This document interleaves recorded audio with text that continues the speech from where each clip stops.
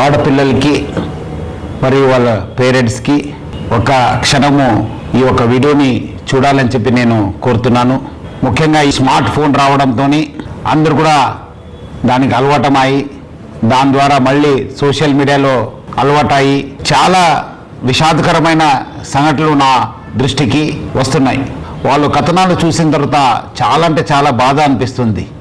So అందుకు మీ ముందు వచ్చి కొన్ని మాటలు చెప్పాలని చెప్పి నేను అనుకున్నాను. ఆడపిల్లలు చాలామంది ఈ స్మార్ట్ ఫోన్స్ అలవాటు అయిన తర్వాత ఎవరో ఇన్స్టాగ్రామ్లో లేదంటే ఫేస్బుక్లో లేదంటే వాట్సాప్లో ఏదో రిక్వెస్ట్ పెట్టి ఆ రిక్వెస్ట్ పెట్టే ముందు అందమైన ఒక అబ్బాయి లేదంటే ఫేక్ ఫొటోస్ యూజ్ చేసి లేదంటే ఫిలిం స్టార్స్ ఫోటో యూజ్ చేసి వాళ్ళు డీపీ పెట్టుకోవడము, మన ఆడపిల్లలు వాళ్ళ ఒక రిక్వెస్ట్ని యాక్సెప్ట్ చేయడము, తర్వాత వాళ్ళతోని చాలా చనువుగా ఉండడము జరుగుతుంది. కొన్ని రోజు అయిన తర్వాత ఇట్లానే ఆ ఒక మాటలు వాళ్ళ ఒక పర్సనల్ ఫొటోస్ కావాలి, మీరు చాలా అందమై ఉన్నారు, చాలా స్వీట్ వర్డ్స్ చెప్పడంతో మన ఆడపిల్లలు కూడా ఏదో తెలియక వాళ్ళు పర్సనల్ ఫొటోస్ పంపడము. ఈ పర్సనల్ ఫొటోస్ పంపించిన తర్వాత దాన్ని ఆనే అబ్బాయి చేతిలో పెట్టుకొని ఒక రాక్షసుడిగా తయారవుతున్నారు. ఆ ఒక ఫొటోస్తోని బ్లాక్మెయిల్ చేయడము, లేదంటే నాకు ఫిజికల్గా కలవండి అని చెప్పడము, లేదంటే ఈ మధ్యలో డబ్బులు కూడా మీరు నాకు పంపించాలని చెప్పి చాలామంది ఆడపిల్లలు దొంగతనం చేసి లేదంటే వాళ్ళ సంపాదించిన డబ్బులతోని వాళ్ళకి పంపడం జరుగుతుంది.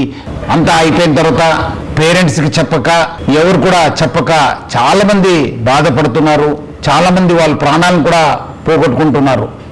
సో ముఖ్యంగా ఆడపిల్లలు మీకు ఏ మాదిరి అన్యాయం జరిగితే ఇమ్మీడియట్లీ మీ పేరెంట్స్కి లేదంటే మీ ఫ్రెండ్స్కి లేదంటే మాకు పోలీస్కి సమాచారం తెలియపరచాలని చెప్పి నేను కోరుతున్నాను. పేరెంట్స్ కూడా చాలా జాగ్రత్తగా ఉండి వాళ్ళు ఆడపిల్లలతోనే సమయం కేటాయించాలి, వాళ్ళు ఏం చేస్తున్నారు, ఎక్కడ చేస్తున్నారు, వాళ్ళు ఎవరి దగ్గర వెళ్తున్నారు అనే పైన కూడా నిఘా పెట్టాల్సిన అవసరం ఎంతో ఉంది. ఇట్లాంటి సంఘటనలు మీ దృష్టికి వస్తే మీరు ఇమ్మీడియట్లీ డయల్ 100కి ఫోన్ చేయాలని చెప్పి కోరుతున్నాను.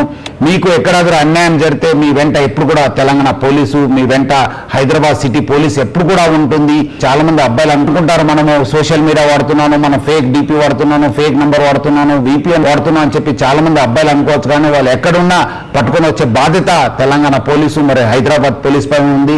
మీ అందరూ కూడా తీసుకొచ్చి కటకటాల వెనక పెట్టే బాధ్యత మా పైన ఉంది.